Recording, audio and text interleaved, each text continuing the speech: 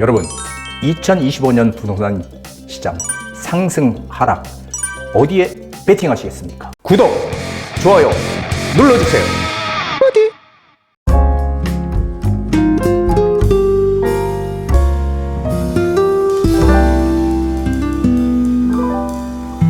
부동산 DJ. 안녕하세요. 부동산 DJ 한정훈입니다. 자, 지금 시장의 유튜브를 보면요, 시장이 좀 붕괴가 된다는 등 부동산 시장이 상당히 지금 그 부동산 시장에 대한 부정적인 하락을 얘기하는 사람들이 점점 늘어나고 있습니다. 오히려 과격할 정도로의 그런 언어들을 써서 시장에 대한 그 두려움, 불안감을 계속 증폭시키고 있습니다. 자, 이럴 때 과연 내년 시장에 대한 전망 정말 궁금하시죠? 내년 시장 어떻게 흘러갈까 제가 항상 말씀드렸는데, 자, 2025년 시장은 과연 그 하락 유튜버들이 얘기하는 하락장일까 아니면 상승장일까 한번 정확하게 판단해 보시기 바랍니다. 자, 먼저 세미나 공지합니다. 12월 11일. 자, 이제 12월 11일입니다. 수요일 2시고요. 주제는 2025년 재개발 소액투자 핵심 지역 대공개. 그런데 재개발만 제가 얘기를 한다고들 생각하시는 분들이 많은데 그렇지 않습니다.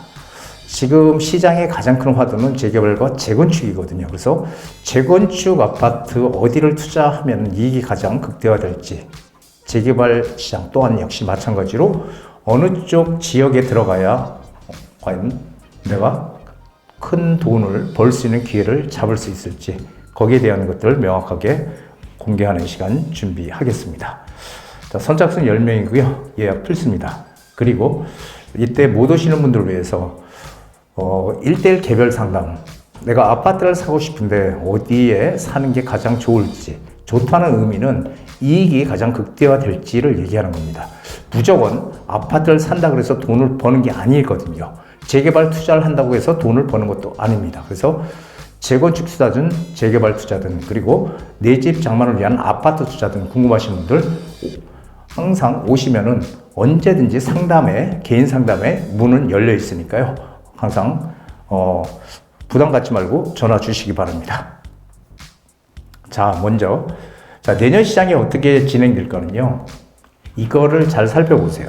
호재가 많은지 악재가 많은지, 이 호재와 악재를 판단해야 됩니다. 그래서 호재의 크기가 악재의 크기보다 큰지 아니면 악재의 크기가 호재의 크기보다 큰지, 이것을 비교를 해봐야 된다는 거예요. 자, 그런데 지금 가장 큰 악재는 뭘까요? 우리한테 가장 큰 악재? 우리가 한 2년 전만 해도 계속 그 하락 유튜버들이 얘기했던 거 있죠. 뭐 역전세가 생긴다, 그리고 PF 부실 문제, 건설사들 무너진다, 그리고 또 뭐 있습니까? 그리고 미분양이 심각하다, 미분양 공포, 이런 것들을 계속 얘기했죠. 거기에 또 경기 침체까지 얘기를 했습니다. 경제가 완전히 망할 것 같이 이렇게 얘기들 많이 했지만 망했습니까? 안 망합니다. 우리나라 경제가 그렇게 쉽게 무너지지 않습니다. 그래서 자, 이게 그런 것들이 이제는 쑥 들어가고, 지금 9월 달까지 계속 올해 시장이 계속 상승 추세로 계속 올랐죠. 거래량도 어마어마하게 늘고, 그러다가 지금 꺾이기 시작을 했습니다. 그게 바로 8월 달에 대출 규제가 정부에서 전격적으로 시작을 하면서부터인데요. 그래서 지금 가장 큰 악재는 이 대출 규제의 악재죠. 대출 규제의 악재, 이 악재와 그리고 호재라면 금리 인하가 있죠. 이게 지금 딱 갈립니다. 대출 규제와 금리 인하. 이 파급 효과가 어떤 게 더 클까요? 대출 규제와 금리 인하의 파급 효과. 제가 항상 말씀드리지만 여러분, 대출 규제의 효과는 3개월에서 6개월을 못 넘긴다는 거예요. 3개월에서 6개월을 못 넘긴다. 짧다는 거예요. 대출 규제의 효과는. 하지만 강력한 효과를 가지고 있다는 거예요. 시행을 하면 바로 시장에 반응이 오는 강력한 효과를 가지고 있는 게 대출 규제입니다. 그러다 보니까 대출 규제가 효과는 짧지만 일단 시장에 강한 시그널을 줄 수 있기 때문에 모든 역대 정부에서 부동산에 대한 규제를 시작할 때 대출 규제부터 시작했다는 겁니다. 자, 그렇다면은 금리 인하는 어떨까요? 금리 인하. 금리가 지금 통화 정책이 변경이 돼서 금리 인하로 이제 계속 앞으로 금리가 내려갈 텐데 이 금리 인하의 파급 효과는 단기적으로는 크지 않아요. 하지만 중장기적으로는 계속 이 효과가 계속 영향을 미친다는 겁니다. 그래서 대출 규제의 효과는 짧게는 대출 규제가 훨씬 금리 인하보다는 파급 효과가 크지만 중장기적으로 봤을 때는 이 금리 인하의 파급 효과가 훨씬 더 크다라는 거죠. 자, 그렇다면은 한번 하나하나 우리 보시자고요. 자, 지난 9월 미국발 금리 인하가 시작이 됐죠. 그래서 이게 통화 정책의 대전환이다. 제가 이렇게 얘기했는데 항상 미국이 달러라는 기축 통화를 가지고 있기 때문에 미국의 모든 정책이 전 세계에 영향을 미치는 거 다들 아시죠.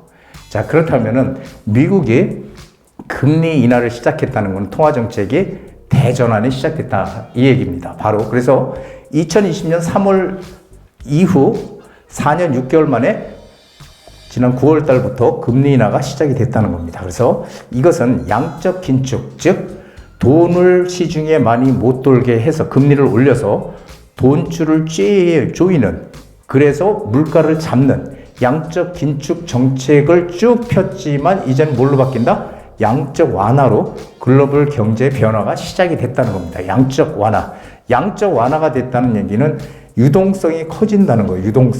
유동성은 돈이에요. 돈, 화폐. 돈이 시중에 많이 돌아다니게 된다. 왜요? 금리를 내리게 되면은 우리 기업들도 뭐예요? 고용도 늘리고 생산도 늘리죠. 우리 개인도요. 은행이나 이런 데서 돈을 빌릴 때 이자 부담이 줄어들게 되죠. 그래서 돈을 더 많이 쓰게 된다는 거예요.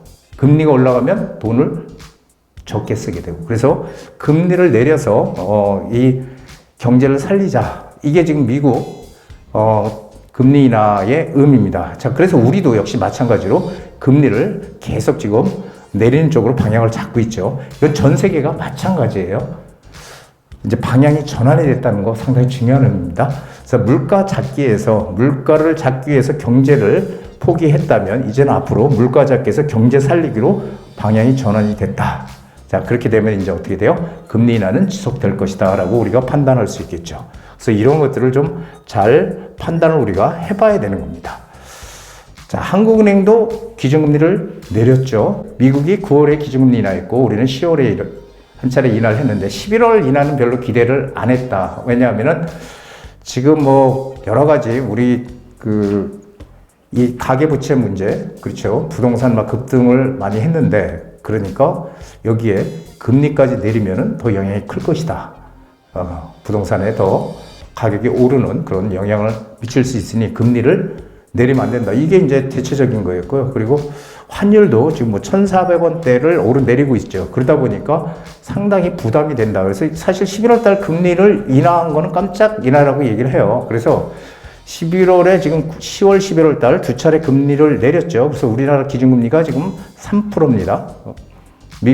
미국은 4.75%, 1.75 정도 지금 차이가 나고 있죠. 그래서 환율이나 가계부채 불안하지만 뭐 때문에 지금 금리를 내렸을까요?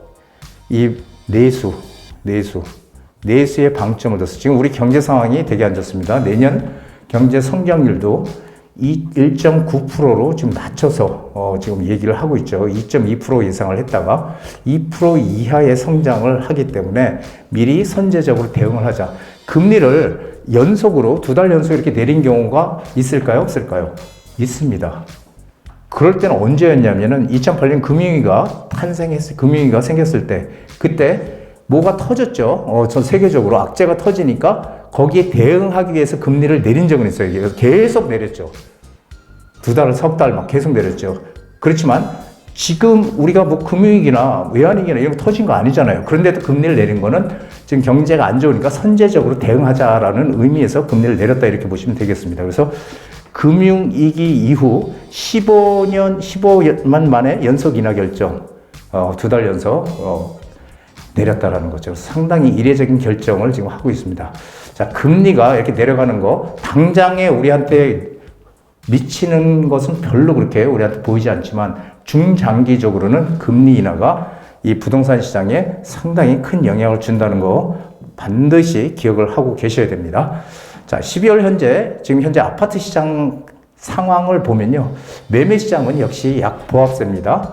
지금 전체적으로 보면 안 좋은데요. 서울은 아직도 지금 상승폭은 줄어들었지만 아직도 상승 중입니다. 서울은 매매 시장은. 그래서 매매 시장은 지금 현재 약보합세로 숨고르기 장세로 들어가 있고요. 전세 시장은 일시적인 보합이다. 자, 전세 시장은요, 12월 달은 비수기예요. 그리고 이제 방학이 끝나고 1, 2, 3월 이때가 전세 시장 성수기거든요. 그래서 지금은 일시적인 상승 중에서 일시적인 좀 보합 상태로 있고요. 월세 시장은 강보합세다. 이거는 그런 것 같아요. 지금 이 젊은 세대가 이 빌라라든지 이 전세 시장에 대한 어떤 그 트라우마가 있다 그래야 될까요? 그 전세 사기가 불거지면서 그게 사회적인 문제가 되다 보니까 전세로 들어가면 안 돼. 월세로 살아. 이렇게 주변에서들 많이 또 얘기들을 한다고 합니다. 저도 얼마 전에 들었는데 내년에 이제 결혼을 할 친구인데 결혼을 하고 주변에 이제 미리 결혼할 친구들한테 물어봤더니 그 빌라에 전세로 들어가지 말라 그러더래요. 전세 사기가 문제가 된다. 그리고 주인이 돈을 못 빼주니까 차라리 월세로 들어가라. 이렇게들 얘기를 한다는 거죠. 그래서 지금 상당히 이 월세 시장이 그런 의미에서 상당히 지금 강보합세를 보이고 있고요. 반대로 분양시장은 지금 화랑이다.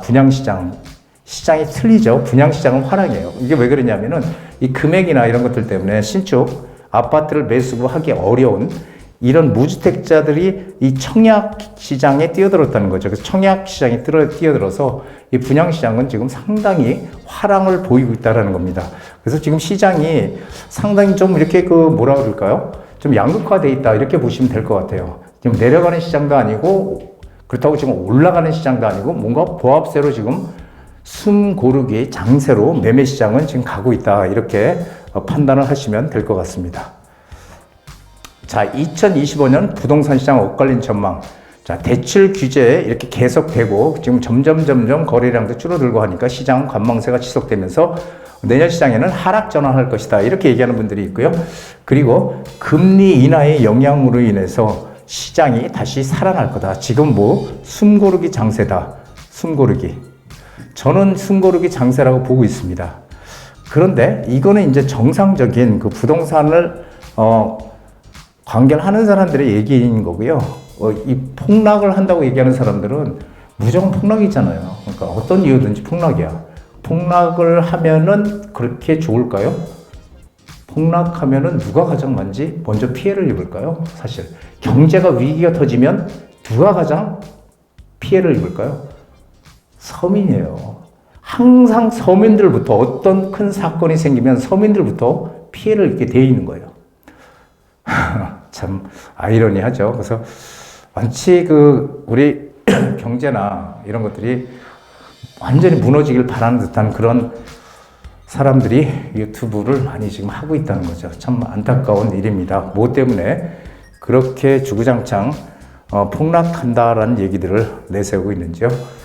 자, 그렇다면은 앞으로 제가 말씀드렸던 걸 바탕으로 해서 주택가격 전망 지수를 한번 보자고요. 이 CSI 지수라고 해서요. 이게 이제 주택가격 전망 지수인데요. 이게 이제 매매 가격의 선행 지표라고 합니다. 즉, 이 지수가 100 이상이 되면은 앞으로 향후 1년 후에 집값이 올라갈 거라고 생각하는 사람들이 많다는 거고요. 100 이하면은 떨어질 거라고 생각하는 사람들이 많다는 거예요. 집값이. 자, 그러면 이걸 한번 보고서 내년 시장을 한번 우리 추이를 한번 보자고요. 자, 2022년 되게 어려웠던 시절이죠. 2022년 12월 달에 주택가격 전망 지수가 62까지 떨어졌습니다. 62까지. 자, 그런데 2023년 지난해 1월 달이 되니까요. 68로 뛰었어요. 이게 변곡점이 생겼죠. 2022년 12월 이전에는요. 쭉 올라갔다가 계속 떨어져서 12월 달이 바닥이었던 거예요. 62. 그러다가 1월 달에 68로 뛰었으니까 여기서 이제 변곡점이 생긴 거예요. 1월 달에 이때가 변곡점이 생긴 거죠. 변곡점이 바뀌는 점이 생긴 거예요. 그러다가 71, 80 계속 오르죠. 계속 100, 102, 107 하다가 2023년 9월 달에 110을 찍었습니다. 지난해 얘기하는 거예요. 지난해 2023년 9월 달에 110. 여기까지 계속 전망 지수가 CSI 지수가 올라가면서 어떻게 됐어요? 가격도 상당히 많이 올랐죠. 이렇게 쭉 오르다가 지난해 10월 달이 되면서부터 꺾이기 시작합니다. 이렇게 꺾이기 시작해서 2023년 12월에 93이었어요. 12월 110까지 올랐던 게 쭉 떨어졌죠. 93까지. 이게 언제? 2023년 12월. 지난해 12월. 딱 1년 전이네요. 12월 달에 이렇게 꺾였습니다. 그런데 다음을 보세요. 12월 달, 지난해 12월 달 93으로 꺾였다고 했죠. 93. 다음을 보면은 12월 달에 93인데 1월 달 되니까 92로 더 떨어졌어요. 1월 달 되니까 2월 달 되니까 92로 또 떨어졌어요. 92로 그대로 1월, 2월이 92로 그대로 갔다가 자 3월 달이 되니까 95로 반등을 시작해요. 3월 달이 되니까 자 1월 달, 2월 달 요때가 바닥이었다는 거죠. 그러면서 95 3월 달 되니까 95 그리고 100일 계속 오르기 시작합니다. 그러다가 어떻게 됐어요? 8월 달 올해 8월 달이 되니까 119까지 치솟습니다. 주택가격 전망지수가. 이때는 모든 사람들이 집값이 많이 오를 거라고 생각을 한 거죠. 10월 달 되니까 116으로 떨어졌고 11월 달 되니까 109까지 떨어졌습니다. 11월 달 되니까 109까지 떨어졌는데요. 자, 가만히 보시면요. 11월 달에 109까지 떨어졌어요. 앞에서 2023년도 전망을 봤을 때도 그렇고 2023년도 고점 그때 8월 달이었죠. 그래서 언제부터? 1월 달부터 다시 2월 달, 3월 달부터 다시 막 상승하기 시작했잖아요. 2024년. 내년 시장도 역시 마찬가지예요. 지금 내년 시장도 똑같은 그런 흐름으로 갈 것이다라는 거죠. 그러면은 이 대출 규제 효과가 짧으면 3개월, 길면은 6개월이라고 KDI에서 보고서를 낸 게 있습니다. 그 찾아보시면은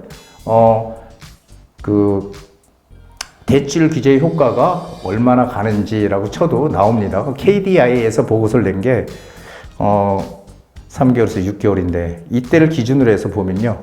9월 달이네요. 9월 달이 119네요. 9월 달.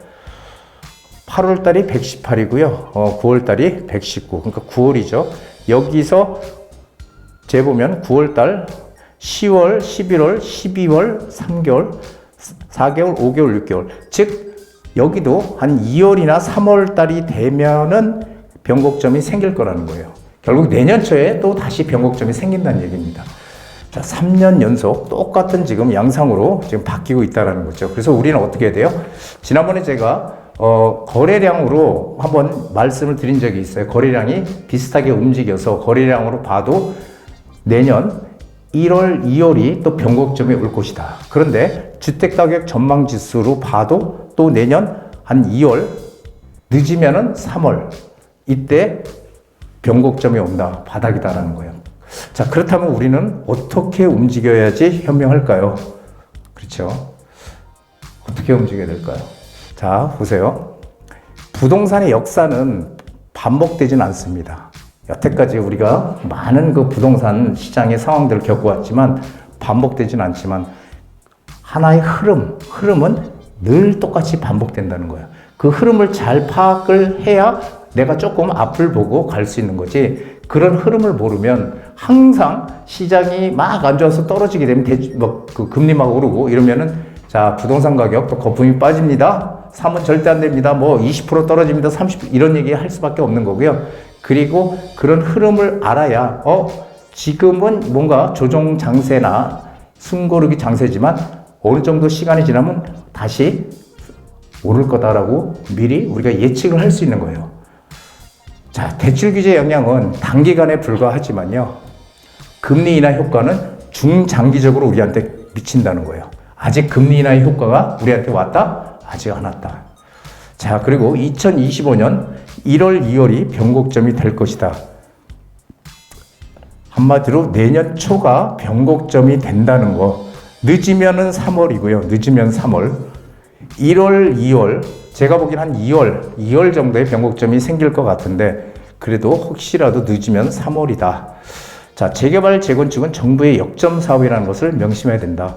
항상 지금 재건축 시장 어떻습니까? 재건축 시장은 서울의 재건축 시장 상당히 뜨겁습니다. 그렇죠. 그래서 이게 종목마다 조금 현상이 다른데요.